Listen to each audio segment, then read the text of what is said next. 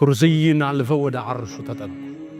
ያኔም የዓለማቱን ፈጣሪ የፍጥረት ዓለሙን አናዥ የሰው ልጆችን ሁሉ ጌታ አላህንም ማነጋገር ቻሉ። ሰለዋቱ ረቢ ወተስሊማቱሁ ዐለይህ።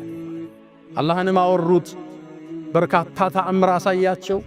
ምናቀውን ማናቀውን የተነገረንን ያልተነገረን 50 ሶላት ወሰነባቸው።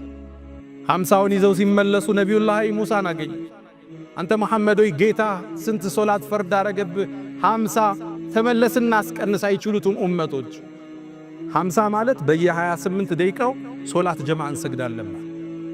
እንቅልፍ የለ ስራ የለም ማለት ተመላልሰው ከሙሳ ወደ አላህ ከአላህ ወደ ሙሳ ከ55 አስቀንሰው የኛ ነቢይ ዳግም ህዋውን እየቆረጡ መካ ላይ ተከሰቱ። ሲመለሱ ፍራሻቸው ሙቀቱን አልለቀቀም ነበር። እንዴት ይሄ ሊሆን ቻለ? እንዴት ይሄ ሊፈጸም ቻለ? ጥበበኛው ጌታ የተላቀ ይሁን። ሱብሓን ሲጀምር ለዛን ጥራት ይገባው።